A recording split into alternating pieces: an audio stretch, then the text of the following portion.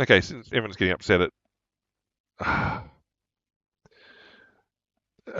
cost of living crisis for groceries and everything else, yeah, going to the pub, um, even 10 or 15 years ago, a round of drinks, depending on how many people you had in your party, you'd be putting down $100 quite easily for a round, depending on like I said, how many people and what they were drinking.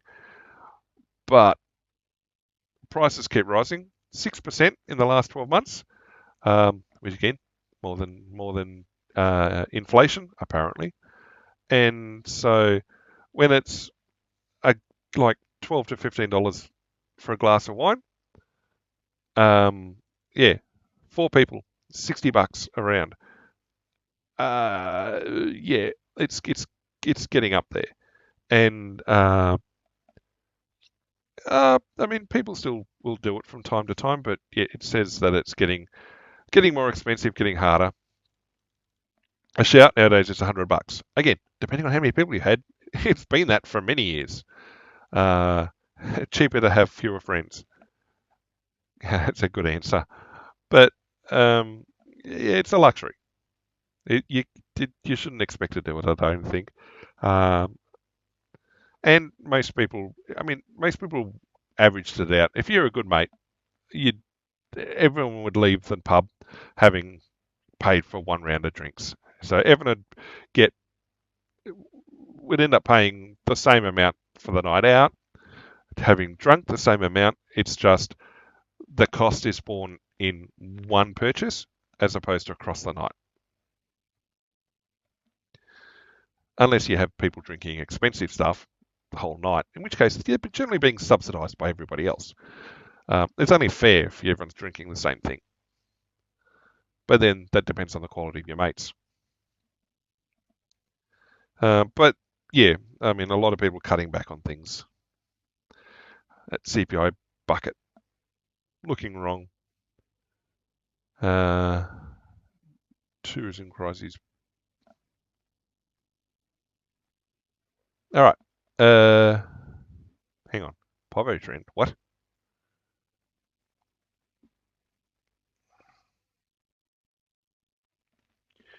Cutting out grilled shredded cheese. Yeah, well, cheese, $40 a kilo plus.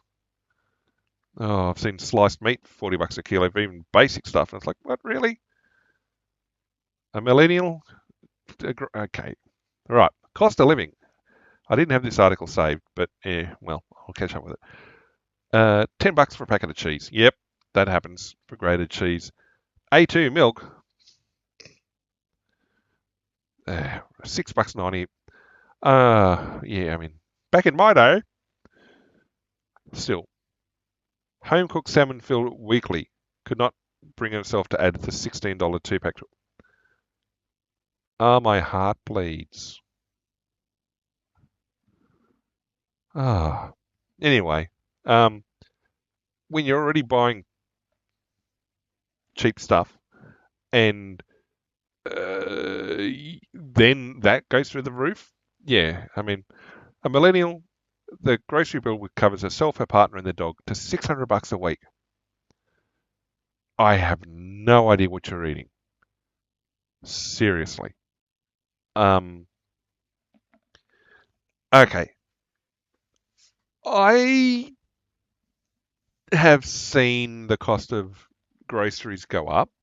So a trolley full of groceries would, if picked correctly, standard size trolley, not the little half size ones which are rubbish, but a full size trolley, stacked to the brim, not overly stacked, but with a decent range of products from across the supermarket, would be a few years ago $300 odd, and that'd be a week's worth of groceries for at least six people. Two adults, three adults, maybe a teen, and hang on, one, two, three, four, preteen, and maybe two preteens, and a dog or two and a kangaroo. No, not a kangaroo, plus a couple of animals. And then there'd be the occasional uh, supply run from the pet store for kitty litter or big bags of food, all that sort of stuff. But your general shopping trip would be enough protein, be it mince. I mean, you're not buying filet or mignon or anything like that, or anything fancy. Generally, it's bulk chicken breast, mince, occasional sausages, the cheap and nasty ones, not the flash ones. You're not buying roasts. You're generally staying away from lamb and pork chops and fancy cuts. You're generally spending $11 to $12 a kilo on chicken for the chicken breast. It used to be you'd live off chicken thigh fillets, but someone at some point decided, oh wow, they're cheap, we'll live off those, and they're now more expensive than the chicken breast per kilo. So back to the chicken breast, which is what you couldn't afford back in the day because you had to buy the chicken thighs. Your mince, $15 to $16 a kilo for lean grade beef mince, so 90% lean. Your chicken mince and lamb mince. Chicken mince is quite expensive. I don't know the pricing per kilo. Your pork mince is around 5 to 6 a kilo, depending on how lean it is. Sorry, not per kilo, per 500 grams. Your beef is still is $15 per kilo, so $7.50, $8, sometimes a little bit higher per 500 grams. Lamb mince, expensive, and that's in a hang on a sec.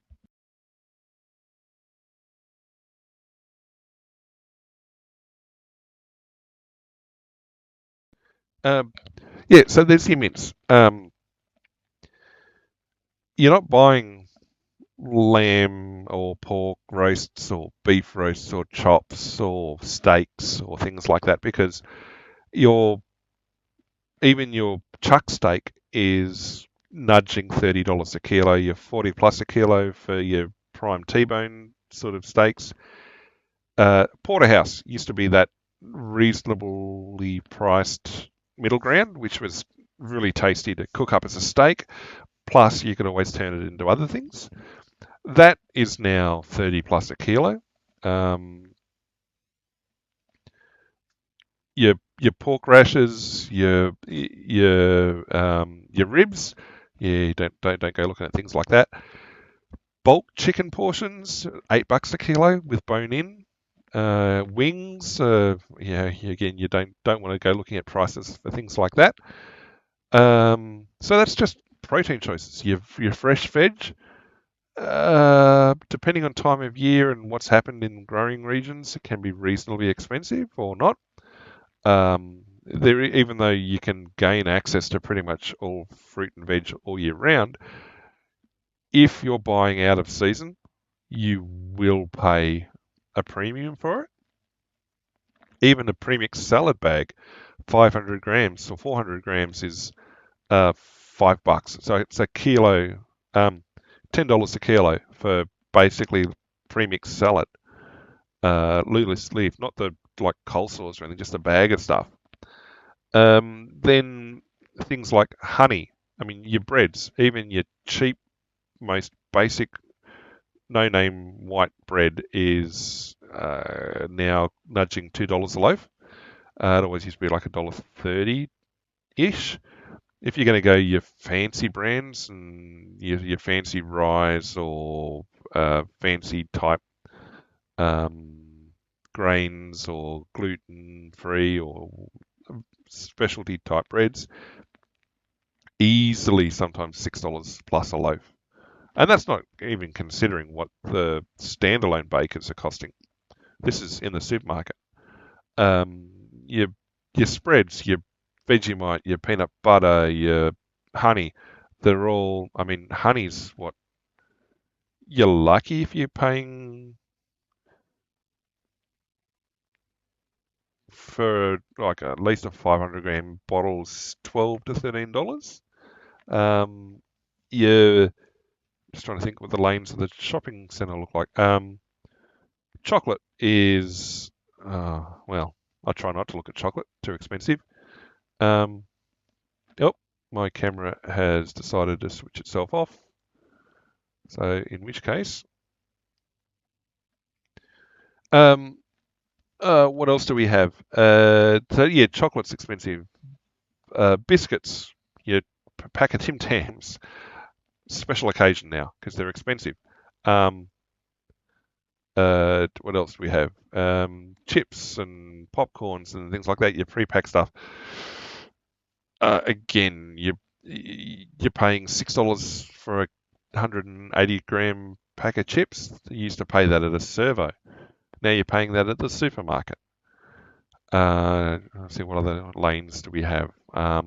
Tinned, tinned tomatoes.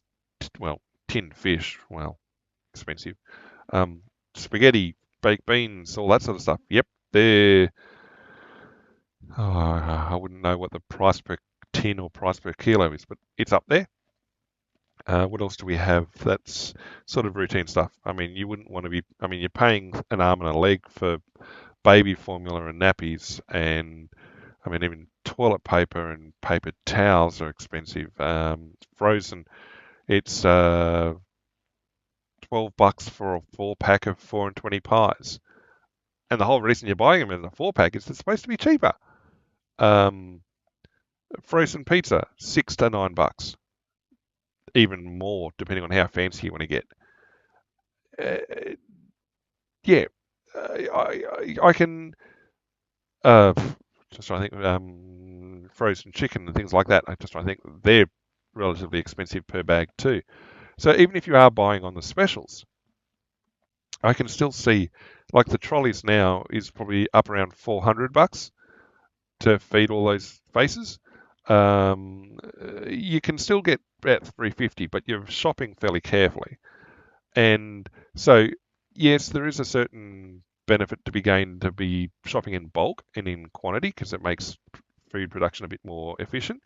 But at the same time, this millennial, for 2 people and a dog, $600 a week, you're buying. You're not paying attention to your purchases. That's for sure. You're buying brand name gear or things that you don't need to. You're buying really really expensive cuts of meat. Yeah, okay. Accept a cost of living. Cut it. Move away from it slightly. So is it shocking? Well, yeah. I'll admit, for 3 people, well, for 6 people, I couldn't justify that. I no, I oh 6 people plus dogs. Yeah, I no, I cannot justify that. I mean, maybe if going to an IGA or an independent where the pricing's a bit higher, you're shopping at the servo.